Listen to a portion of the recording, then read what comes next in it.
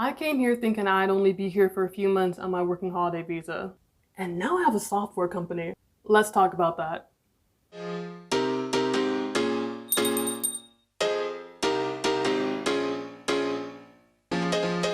Hey everyone, Hot Choco here. Welcome back to my channel. It's been like a good 4 years. Glad you made it. Alright, so a lot of you guys are probably here from the Asian Boss video that I was featured in. It was what it's like to be black in Korea. So while I am in the middle of the thumbnail, unfortunately I only was in there for like all of 60 seconds. So, I'm not mad at them. They interviewed like, at least 10 different people. Each interview was half an hour long. And the video itself is only like, 15 minutes long? So I understand like they had to leave a lot on the cutting room floor. That's just how it works. While I watched through the video, I definitely saw that there weren't many positives mentioned. And my interview specifically was talking about all the positives of Korea. So that's why I wanted to jump on here so I can make sure that my side's getting out. So that said, what everyone else in that video said is valid. Every other person who's had their experience in Korea, their experiences 100% true. I'm not making this to discredit them. I'm just saying that, we're not all a monolith. We're not all going to have the same experience. So I just wanted to show what my experience has been like living out here. I mean, I've been in and out of Korea for the past 9 years now. All my time being here, I have never once been an E2 visa. Never worked at a hagwon, never worked at a public school. I never had an employer who had ownership over my visa. So because of that, I got to avoid a lot of the workplace drama. If I did work for someplace and they wanted to act crazy, bye, deuces. Like I could leave anytime I wanted to and they knew that I could. And related to that, since I wasn't teaching English, I always got to be in control of where I lived. Like if you're in like the EPIC program or something, you could get placed in the middle of Timbuktu where there's like not even a subway station, not even a bus stop. You have people who have never seen a foreigner before. So yeah, that's gonna be a struggle. And number 3, a lot of people don't realize the different options that are actually available to live in Korea. People think you can only be a student, an English teacher, military, or married. These are only 4 different visa types, and Korea has like hundreds of visas available. And I knew that I didn't want to be a teacher. I saw the horror stories, and I don't like kids. So what I did is that I looked into the different visas available and I just hopped on the ones that weren't for English teaching. If you want to know a bit more about that, make sure to watch this video all the way through. I will get, more in depth about that. So that's the reason why a lot of people have had negative experiences. And this is the reason why I got to avoid a lot of those experiences, because I didn't go that route. And it's not that I did anything special, like literally I just researched visas and I just found other ones. Yeah, getting more into it, like how I said, I got to work wherever I wanted. I got to live wherever I wanted. As you guys can see, this is not a one room back here. And I chose to live in the hotspots. Seoul. Seoul is going to be the best place for you to live as a foreigner. You have the most amount of people here, the most amount of job opportunities here. A lot of people are already familiar with English, and then me, I've been studying Korean for the past 10 years. Nowhere near fluent, but I can get stuff done. So like if you want to have the best time and deal with the least amount of nonsense, Seoul is definitely one where you want to be. So if you can, make sure, fight tooth and nail to make sure that you're out here in Seoul. Yeah, I go out. Sometimes, the Ajima will give me the stink eye, or I walk up to someone and then they're immediately like, like not trying to have it. But while I'm fantasizing about like backhanding them, I go ahead and load up my Korean and then I just say what I want to say. Oh, guess who wants to act all decent all of a sudden? So when you speak Korean, like 80% of the nonsense goes away. And this isn't only in English. I had the same experience in Spanish.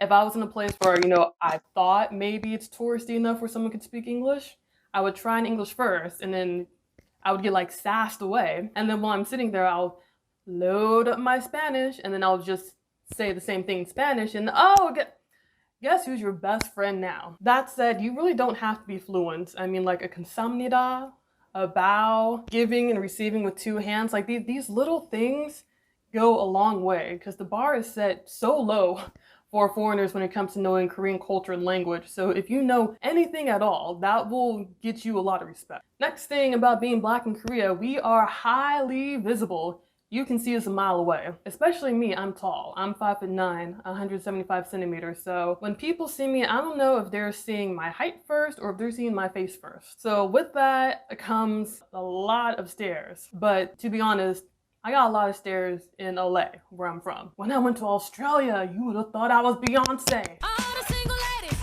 The way Australians were staring at me. I've just kind of resigned that people must think it's interesting to look at me. Since I am so visible, a lot of people want to come up and talk to me. I especially get a lot of married men that want to come up and talk to me. So be prepared for that. No one told me about that one. But even with that, I get a lot of people who just genuinely want to talk, and they're just excited that I'm there and excited that they can speak English to someone. So they'll come up and they're like, "Hi, where are you from? Where do you live? What's your job? Are you married? Do you have a boyfriend? Why not? Can I be friends? Can I have your Kakao talk?" And and like I will admit, like, as annoying as that does get, it's a lot better than, you know, them hating me. Like, I would rather somebody come up, try to be my friend, at least make that effort to communicate with me, than to think God knows what about me. Because a lot of what stereotypes Koreans have about Black people or foreigners is all imported from the media. As easily as they were influenced by those stereotypes, they can be thrown away with just you being from their face. Seeing is believing. They're gonna see the actual Black person and how you're looking, behaving, and that's going to largely replace whatever they saw on TV, because here you are in front of their eyes versus what they saw on a TV screen. Unless they're just a miserable person, then oh well, their problem, not mine. And now another big thing that I'd said in the Asian Boss interview that I was really hoping was gonna get in there is that Black culture is on the rise over here. Like, just like how Korea was able to capitalize on the Korean culture wave, like, they are making money off of the K-pop sales, K-drama sales, merch. They're getting people to come and spend their tourist dollars over here. Like, just like how Korea was able to ride the Korean wave, we can come over here and ride the Black culture wave. Right now is a good time to be Black in Korea, because in the past 5 years, hip-hop has just taken off. And like, yes, I know, we are more than just hip-hop, just like how Koreans are more than just K-pop and K-dramas. But like how I said, just like how they could capitalize, we can capitalize too. I think one girl in the Asian Boss video said that one of the advantages is that people think we're cool. And this is true, and actually goes a lot further than you would think. Like, when people see me, they're like, "Hey, can you come speak at this event? We would love to have you there." Like, I'm walking on the street and then I got men trying to like hand me their business cards because they're like, "Hey, come, we want you over at our office." By the way, I live in Gangnam, so that's probably another reason why that happens. Or when me and my roommate go out, everybody is trying to take us inside. They're like, "Ladies, bottles, let's go. I'll introduce you to the manager." And once you make friends with the manager, that's just free liquor all night. Yeah, I will admit, it has happened 2 times. It happened 2 times where when we tried to get into the club at like 1, 2, 3, 4 a.m., they're like, "Nah, y'all ain't getting in." And yeah, it was because we were Black, because we saw every other color get in there. And like I said, I speak Korean, so I chewed out the bouncer, so he knew what was up. But I mean, the 1 or 2 times that does happen, go to the next place, you got everyone clamoring to get us over to their section, so roll with the punches. So people are starting to see how trendy we're getting, and they're trying to get a piece of that, whether they're trying to buddy up next to us thinking that they can get some of that street cred, which, like how I said, works a lot in the clubs with the bottles. Last time I saw my doctor, I got hooked up with some free Botox. That was fun. Besides that, like, a lot of us are making moves out here. Like, for example, modeling. You got Paris, who's making big out here. You got Han Hyun Min, who's native Korean, making it big out here. And then, of course, how Fenty rocked the beauty industry worldwide. Now we have people like Grace with Dr. Gio, who's making K-beauty for all skin tones. We got Fama and Lisa. They just launched their own platform called Miro. They're having their own like worldwide K-beauty conventions. They even have a plastic surgery concierge service with us in mind because it's ran by other Black women. I actually have a collaboration video coming out with them soon. Watch out for that. Even the dude in the Asian Boss video, the one with the Hustle shirt, Hustle is the name of his hookah bar. Like, he came out here and started a hip-hop hookah bar. And think about it, like, they can't keep us out of the bars and clubs if we start owning the bars and the clubs. Like, a lot of people get mad that people come from over here and then open up businesses in our communities. Don't get mad, get even. Come over here and do the same thing, because that's what a lot of us figured out that we could do. Let me get a bit more into how I was able to pull that off. I mean, I didn't do anything special, honestly. So while I was researching visas over here, I learned about the working holiday visa. And this is something that a lot of Americans surprisingly don't know about. Yeah, I hopped on that and left, right. I was making all the connections that I could because I knew that I needed the next step after that visa. And then that's how I learned about the business visa. So, you know, I will admit the first 2 months on the working holiday visa, they were rough. You know, I would send in my resume and they would say, sure, let's get your picture. I'd send my picture, go.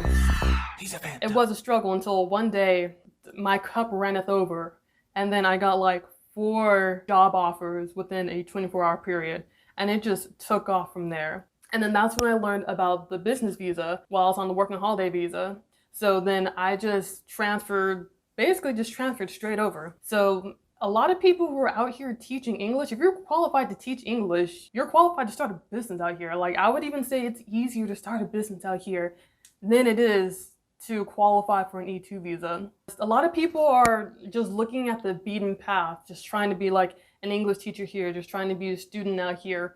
While some of us, you know, we looked over and we saw that there was a secret doorway and we took it. I don't want to get too deep into it because, I mean, I don't want to reveal too much personal information and then you got a hater that tries to sabotage me or something. Like, you never know who's watching these videos. I want to thank my haters too because...